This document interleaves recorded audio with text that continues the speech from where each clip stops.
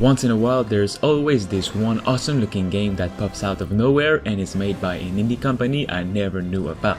For this one, I really want to thank one of my subscribers for mentioning this project in the comments of one of my videos. I never knew about this. All created by Korean developers and coming to PC, we've just had a brand new reveal of a game called Odin Valhalla Rising, which is a free-to-play open-world RPG with both single-player and multiplayer elements, developed by Lionheart Studios. Ever since this game was announced with a teaser trailer more than a year ago, a lot of people, mainly in South Korea, have been eagerly waiting for more on this fantasy Viking game.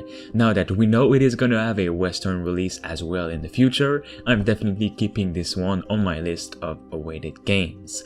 Now, at its core, Odin Valhalla Rising offers all the traditional RPG and MMORPG features that one can expect in a game like this, whether playing alone or with friends. You will have plenty of mounts at your disposal, depending on the creatures you find in the open world. There's dungeons to explore, many secrets to uncover, a ton of boss battles with monsters of all kind from the Nordic lore, a party system, and much more will be seen in the game. Odin Valhalla Rising offers a vast, seamless open world with absolutely no loading screen whatsoever, waiting to be explored. The game's open world looks visually stunning. In its new trailer, we can see a ton of different environments, including a castle, a Lord of the Ring-like area, beautiful forest villages, snowy mountains, giants which can be friend or foe, a ton of huge bosses to fight or die to, and most importantly, dragons to tame and go to war with. I'm awaiting to see true gameplay, but from this trailer, it looks full of great features to have fun with. Thanks to MMOcultures.com's article, I was able to find a lot of new details from the project. Players will be able to travel through the massive world of Odin without any map loading at all, which is a new next-gen feature that's starting to get popular in newer titles from PS5 and Xbox Series X. The game also goes beyond by allowing anyone to travel by flying mounts if they'd like to, with not a bit of restrictions. In most games we see today, the tall mountains that's seen very far in the distance are always said to be explorable, but never really are, or there's simply nothing worth exploring there.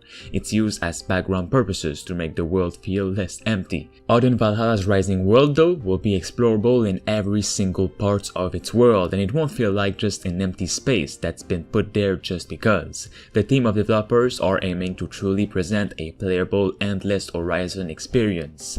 While there is no technology name given, Lionheart Studio claimed to have a lightning system which does not utilize Unreal Engine 4's default setting, but a new lightning technique which is customized to express the sensibility of Nordic mythology. Lionheart Studio also worked hard to create a realistic 3D modeling element in which actual medieval costumes are all scanned in real life exactly as they are and added to the game.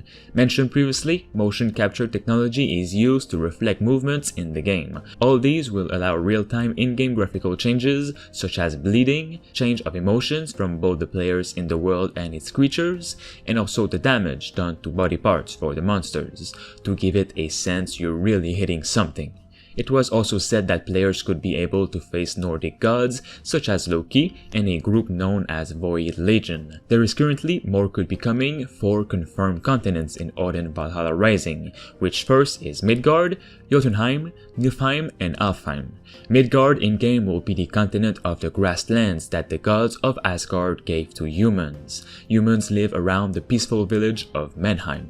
Jotunheim will be a rocky continent composed of desolate and barren land. The giants, the descendants of Ymir, are rulers of Jotunheim with their strength and vitality. Depending on what you do, some giants could be hostile or friendly. We also have Niflheim, which is a continent of ice, where extreme cold and endless winter continues. The skillful dwarves conquer the cold and settle for Niflheim, and you will be encountering many dwarves during your journey, with some that will be giving you different kinds of interesting quests. We also have Alfheim, which is a continent of the forest full of infinite vitality with the blessing of Yggdrasil. Elves with mighty magical powers cut off their relationships with other race and live there as peaceful peaceful warriors. These one look the most interesting to me, and their continent is looking really different than the others. In the abyss of the emptiness that existed since the beginning, there's a demon with a destructive instinct that is asleep and could awaken at any time, and the forsaken god Loki becomes the void leading legion, reaching out across the continent of this game. This is not confirmed yet, but Loki might be the main villain of this game. There will also be a large-scale PvP system with loads of content for fans of the PvP areas or simply those that are more into PvE. There's one mythological creature in the trailer that 99% looks like the world serpent from God of War, which is clearly inspired by, and I'm not even mad about it. I'm really excited to see how we can fight this thing. In the trailer we see some Assassin's Creed or Zelda-like climbing mechanics as well. You'll be able to climb buildings and also any cliffs, so that will be interesting to see in action.